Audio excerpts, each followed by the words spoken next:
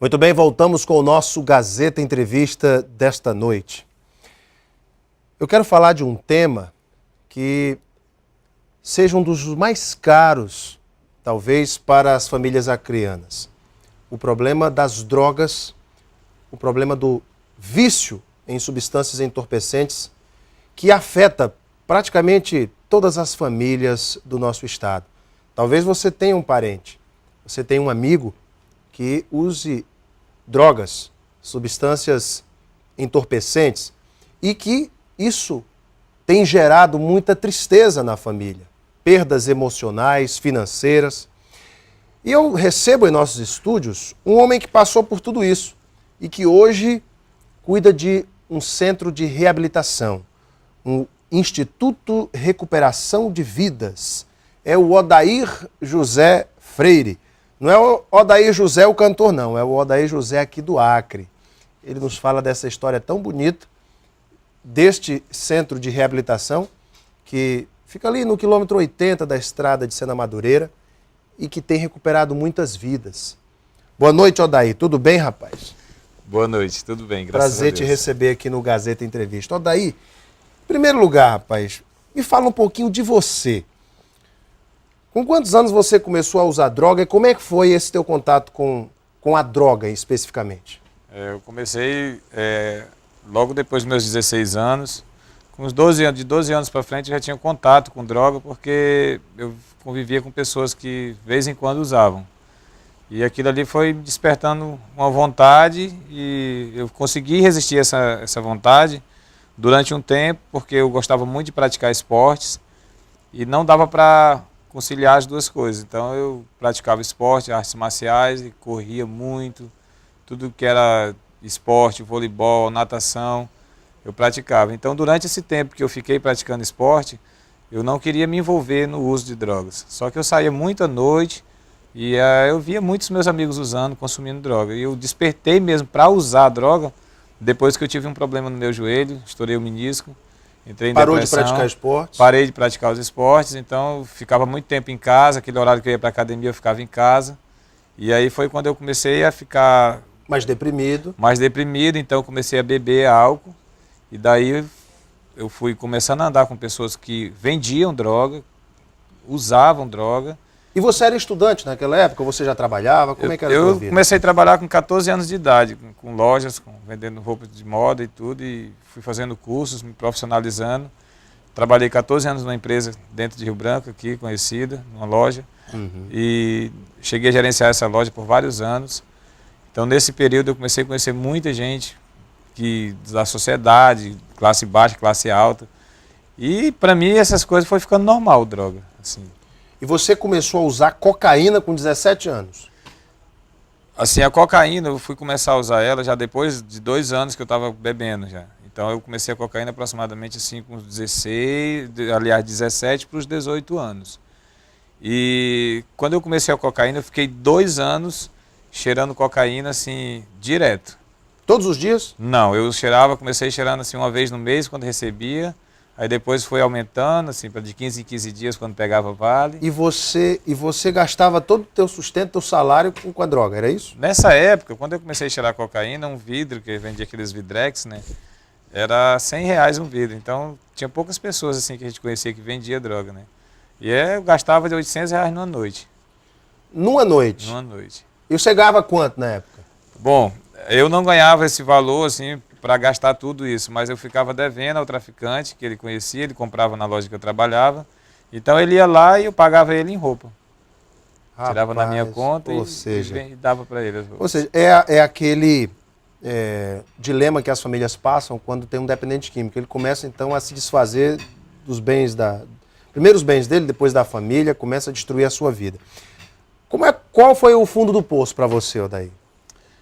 O fundo do poço foi quando eu lembro uma vez que eu fiquei assim 4 dias sem tomar água, só tomando cerveja e não me alimentava, só cheirando cocaína. E a minha Você mãe tinha quantos anos nessa época? tinha a média de uns 19 anos. Ou seja, em 2 anos você já chegou ao fundo do poço com droga. Foi, porque eu fui logo. Você entrou de cabeça. Total. Entrou de nariz no negócio. Foi, de nariz. E assim, nós tínhamos uma turma. Então, quando um queria ficar em casa, sempre outro ligava ou ia lá atrás. E não dava para você se esconder deles, assim, porque eles sabiam que eu tinha facilidade de comprar droga. Então, eles me procuravam e me encontravam onde eu estava, eles iam me buscar e a gente saía. E aí você chegou ao fundo do poço e como é que você saiu do fundo desse poço? Eu vi que eu precisava de ajuda quando eu fiquei vários dias com pensamento de suicídio, né? De morte na cabeça. E um dia eu passei 4 dias cheirando e fui para cima de um prédio para me jogar. Qual foi o prédio que você... Ali no Manuel Julião. Você subiu ali para se jogar, para se matar? Para se matar. E naquele dia foi a primeira vez que eu tive assim, uma experiência muito ruim. E ao mesmo tempo eu creio que foi onde Deus tocou no meu coração que eu precisava de ajuda. E quem foi que te ajudou para você largar as drogas e mudar de vida? As pessoas fundamentais nesse processo na minha vida foi o meu pai e a minha mãe. Que eles nunca me abandonaram, nunca viraram as costas. Mas eu tive a ajuda de muitas pessoas, assim, com conselho. Mas, na realidade, se eu for procurar uma pessoa assim e dizer assim, quem foi que lutou por você, que pagou um preço por você, não tem. Foi mais sua família e você Deus. Sente que foi um chamado de Deus para você. Chamado de Deus, porque eu até procurei, eu me abraçava com pastores, com pessoas que eu sei que podiam me ajudar e elas só prometiam que ia até a minha casa, mas é difícil porque as pessoas são muito ocupadas, né? Então, o dependente químico, ele chega a um período na vida dele que as pessoas até querem ajudar, mas elas ficam desacreditadas de investir naquela vida, porque a pessoa mente tanto, promete tanto, falha tanto, e a gente acaba se acostumando com isso. Assim, eu não vou porque ele vai prometer e não vai fazer. É o que muitas pessoas que querem ajudar dependentes químicos acabam dizendo. Eu já fiz tanto por ele, já tentei ajudar, já encaminhei, mas ele volta para o vício. Mas você foi para um centro de reabilitação? Você chegou a se internar num centro de recuperação? Não. Eu viajei do estado, eu fiz aquela fuga geográfica, né? Viajei do estado, eu fui para morar em Manaus, passei um período em Manaus, por incrível que pareça, eu fui trabalhar no Amazonas Shopping, muito movimentado. Por incrível que pareça, lá eu fumava maconha. Por incrível que pareça, lá eu conheci muito traficante. Os caras iam deixar droga no shopping para mim. E eu vi que lá eu ia morrer usando droga, porque a cidade de segunda a segunda é festa para todo lado. Então eu decidi voltar para cá. E quando eu voltei para cá, uma vez eu fui para uma chácara onde meu pai trabalhava. E lá nessa chácara eu levei droga para usar lá. E nesse dia Deus falou comigo que eu pedisse para o meu pai vender o apartamento, comprasse uma terra, que lá ele ia mudar a história da minha vida. E é nessa terra que você construiu um Instituto de Recuperação de Vidas? E depois eu falei com meu pai, ele vendeu, rapidamente a gente vendeu o apartamento, compramos essa terra, uma terra com 18 hectares. Põe no ar, produção, as imagens deste local, onde o Odair, com a ajuda do seu pai, construíram. Esta é a casa aí do Instituto de Recuperação. Hoje ela está bonita, essa casa, mas quando nós começamos esse trabalho, era numa casa de madeira. Rapaz, que coisa bonita, que lugar bonito. Então, aí começamos numa casa de madeira, nós chegamos a dividir um banheiro de 1,20 m de largura por 2 de comprimento, feito em madeira. E aí são os próprios internos que fazem a pesca, fazem a laboterapia? Essa pesca aí a gente usa como laboterapia, assim, uma vez por mês ou de 15 em 15 dias, assim, a gente passa a rede, porque muitos deles nunca tiveram assim, a oportunidade de ver uma rede de pesca, de ver um peixe dentro do açude vivo, porque muitos deles começaram a usar droga com 6 anos de idade, então nunca tiveram tempo para essas coisas. Mas aí a gente mostrou o Centro de Reabilitação, o Instituto de Recuperação de Vidas, bonito, grande, mas começou pequenininho, não foi, Odair? Nós começamos na varanda da casa do meu pai, que é uma casa de madeira, e a gente chamava até de chalana, porque quando vinha chuva a gente baixava as velas e baixava aquele monte de lona, cada um pegava o seu colchão, que tinha muita goteira, e passava às vezes a noite do lado do colchão esperando a chuva passar.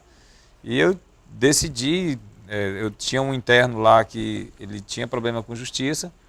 Nessa época eu não tinha CNPJ, então um juiz aqui foi lá visitar a gente, falou que eu necessitava tirar a CNPJ, criar uma ONG e construir uma casa, porque senão eles iam fechar. E eu não tinha dinheiro. Você começou na informalidade. Foi. Como muitos dos centros começam, na informalidade, com o objetivo de resgatar vidas. Mas você ainda não falou para mim qual foi o pulo, qual foi a virada da tua vida. Foi naquele dia lá que você ia se matar, se atirando de cima do prédio do Manuel Julião? Ou foi depois que seu pai comprou a terra e você foi para lá? No dia que eu ia me jogar do prédio, eu ouvi Deus falar comigo, eu não me joguei. Eu fui até uma igreja, fiz um concerto com Deus, passei 1 ano sem uso de drogas.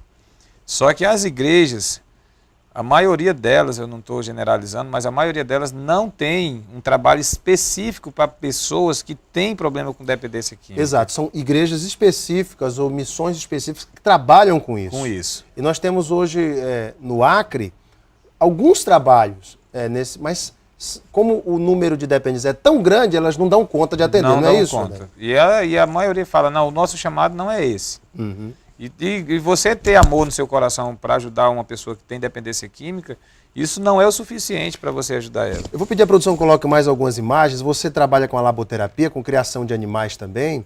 Quem é que mantém o teu Instituto de Recuperação de Vidas? Como é que você mantém essa estrutura aí? Que estrutura bonita que é essa daí? Ó? Nós temos uma despesa lá mensal, aproximadamente de R$10.000. São quantos cômodos? Tudo. São 4 e nós temos capacidade para 18 pessoas. 18 pessoas. Elas, fica 2 pessoas por quarto. Fica 6 pessoas por quarto. 6 pessoas.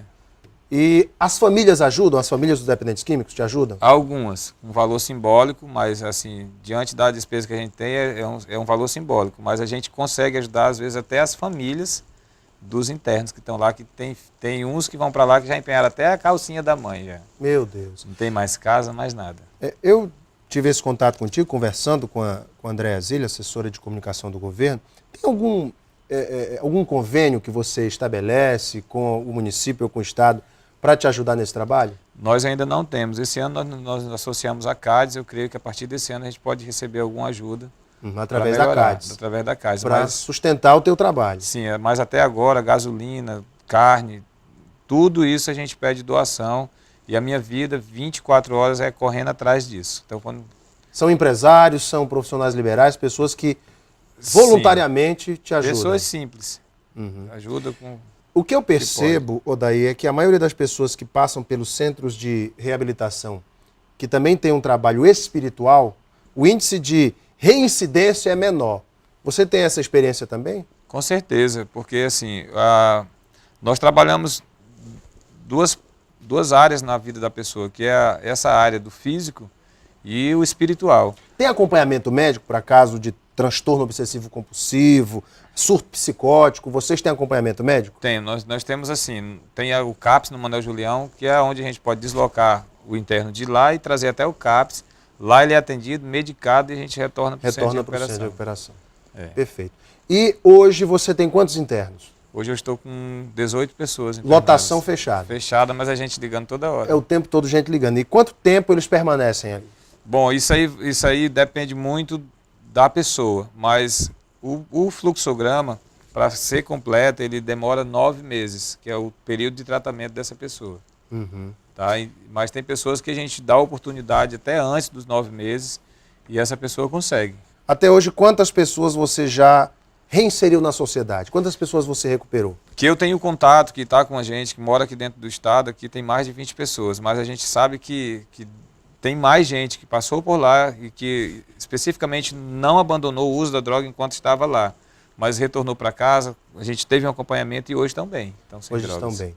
Quem quiser conhecer o teu trabalho, se tornar um voluntário, um ajudador do teu trabalho, você pode deixar um contato? Então, quem quiser ajudar, se quiser fazer algum depósito, nós temos uma conta no Banco do Brasil, que é Banco do Brasil, agência 4265, dígito X, e a conta é 13496, dígito 1. O telefone para contato é 9976-4944. Produção, coloca aí no vídeo, por favor, é Banco do Brasil, agência 4265, dígito X, conta corrente 13496, dígito 1. Para você que quer ajudar esse trabalho tão bonito, existem muitos centros de recuperação em Rio Branco. E o Centro Instituto Restauração de Vidas é um deles.